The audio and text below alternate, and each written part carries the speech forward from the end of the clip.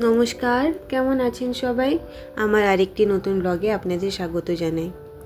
আজকে সোমবার, এখন সকাল 10টা বাজে। ছাদে এসেছি। এই দেখুন অ্যালোভেরার গাছে ফুল এসেছে, কত সুন্দর লাগছে।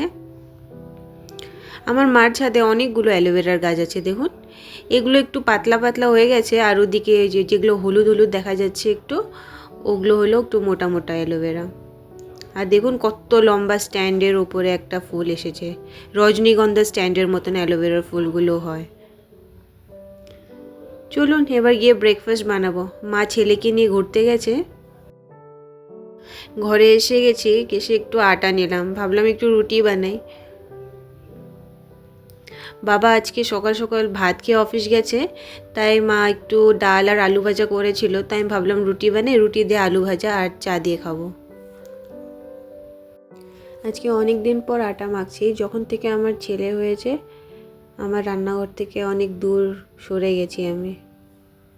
কি করব বলেন, ওকে ছাড়া তো কোনো কাজ করতে পারি না, ওকেই দেখতে লাগে সব সময়। যখন একটু ছোট ছিল তাও কিছু কাজ করতে পারতাম ওকে ঘুম পাড়িয়ে। এখন তো ঘুমায়ও 10 মিনিটের জন্য, কি আর কাজ করব বলেন। তাও আর কি চেষ্টা করি যখন মা একটু নিয়ে ওকে ঘুরতে যায় তখন কিছু কাজ করে দেওয়ার।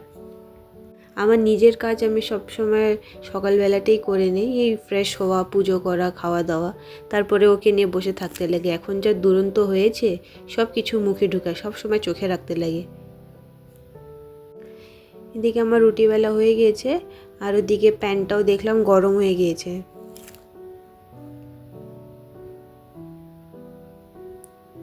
এবার দিয়ে দিই প্যানের মধ্যে। অনেক দিন পর বানাচ্ছি, তাও ফুলে রুটিগুলো এখনো, কিন্তু আমার মার মতন কোনো দিনই হয় না। বানাতে আমি সব পারি, কিন্তু আমি মার হাতের খেয়ে যেটা শান্তি পাই ওটা নিজের হাতে খেয়ে কোনোদিনও পাই না। চলুন এবার ঝটপট রুটিগুলো বানিয়ে ফেলি। মাও বোধহয় আর ফিরছে। আমার ছেলে এসে গেলে তো ওর পিছনেই দৌড়াতে হবে, কোনো কাজ আর হবে না আমার। এটাই লাস্ট রুটি, এটা বানিয়ে আমি ব্রেকফাস্ট করে নেব।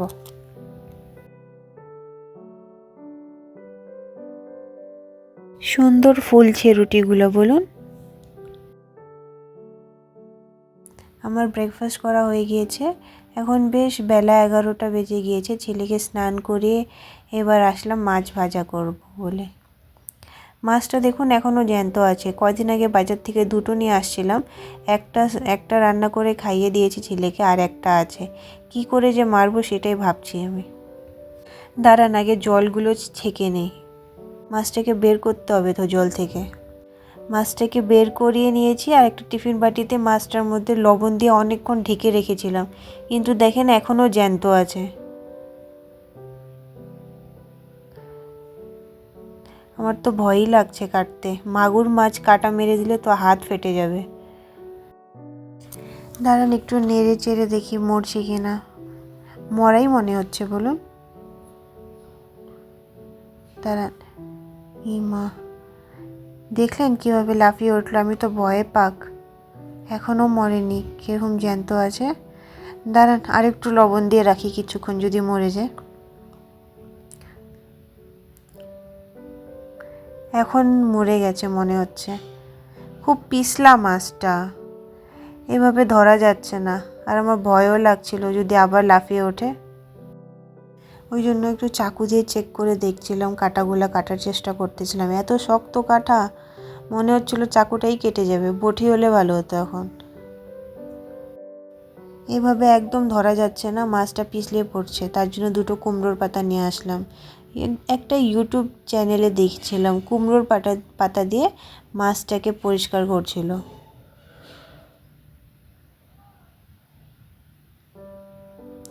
তাই আমিও করে দেখলাম বেশ মাছটা পরিষ্কারও হয়ে গেল, আর হাত থেকে পিছলাইলও না। হ্যাঁ এখন কাটা যাচ্ছে। দেখুন কি শক্ত, মরে গেছে। কাটাটা চাকুতে কাটছি কিন্তু হাতে লেগে গেছে আমার, জানেন।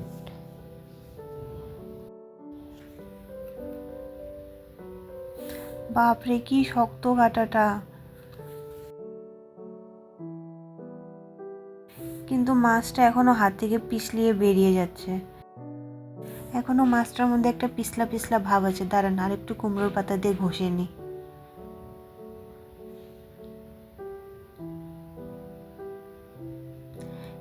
কুমড়োর পাতার মধ্যে যে একটু কাটা কাটা থাকে, ওটা দিয়ে বেশ দেখলাম ভালো মতন পরিষ্কার হয়ে গেল। যখন মাছটা জলের মধ্যে ছিল কীরকম কালো কালো ছিল, এখন দেখেন একদম সাদা সাদা হয়ে গিয়েছে। ভালো মতন পরিষ্কার করে নিয়েছি, এবার মাছটাকে কাটবো। কুমড়োর পাতা দিয়ে ঘষলে দেখলাম ওই পিছলা পিছলা ভাবটা একদমই চলে গেল। একটা ইউটিউব চ্যানেলে দেখেছিলাম, জানেন, ওরা মাগুর মাছ পরিষ্কার করছিল এই কুমড়োর পাতা দিয়ে। বেশ ভালোই কাজে দিল কুমড়োর পাতাটা। এবার এই পাখনাগুলো কেটে দিচ্ছি। লেজাটাও একটু কেটে দিই। দাঁড়ান, চাকুটার না ধার কমে গিয়েছে। পরশু দিন অবধি ভালোই কাটছিল, আজকে দেখি কাটছে না ভালো মতন। মাছটা এখনও নড়ছে, জানেন, আমার তো খুবই কষ্ট লাগছে কাটতে। এবার মাছটাকে আমি একরকম সাইজ করে কেটে নিচ্ছি।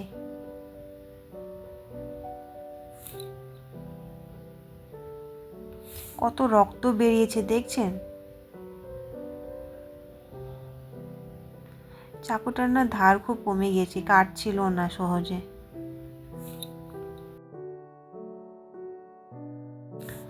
মাছের লেজ থেকে আরেকটা পিস কাটবো কি? হ্যাঁ, কেটেই দিই। দাঁড়ান, নাহলে লেজটা অনেক বড় হয়ে যাচ্ছে।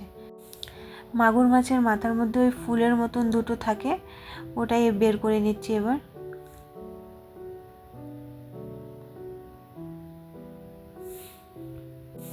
ফেলে দিয়েছি। তার এবার ভালো করে পরিষ্কার করে ধুয়ে নিই।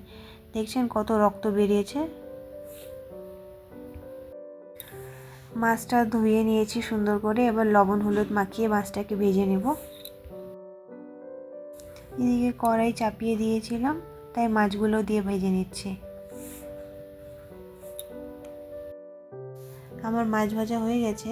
এবার এই মাছগুলোকে নামিয়ে নিচ্ছি। আর ওদিকে আমার ছেলের খিচুড়িও হয়ে গেছে। এবার ছেলেকে খাইয়ে দেব। আজকাল জানেন, ও মাছ ভাজা না থাকলে খেতে চায় না, তাই ওর জন্য এখন রোজই মাছ ভাজতে লাগে। আমার মাছ ভাজা হয়ে গেছে, চলুন খাইয়ে দিব এবার। এখন সন্ধে 6টা বাজে। মা এদিকে দেখুন পায়েস বানিয়েছে, খুব সুন্দর হয়েছে। খেজুর গুড় দিয়ে আজকে পায়েস বানালো। এটা আমাদের এইবারের প্রথম শীতের প্রথম খেজুর গুড়ের পায়েস রান্না হলো বাড়িতে। আমার তো খেজুর গুড়ের যে কোনো জিনিস হোক খুবই ভালো লাগে খেতে। আপনাদের কেমন লাগে আপনারা চাইলেন আমাকে কমেন্ট করে জানাতে পারেন। আজকের ভিডিওটা তাহলে আমি পায়েস খেতে খেতে শেষ করছি। সবাই ভালো থাকবেন, সুস্থ থাকবেন, সাবধানে থাকবেন। আর আমার ভিডিওটা কেমন লাগলো আমাকে অবশ্যই কমেন্ট করে জানাবেন। যদি ভালো লাগে একটা লাইক করে দিবেন, আমার চ্যানেলটাকে সাবস্ক্রাইব করে দিবেন। আবার দেখা হবে পরের একটি ব্লগে।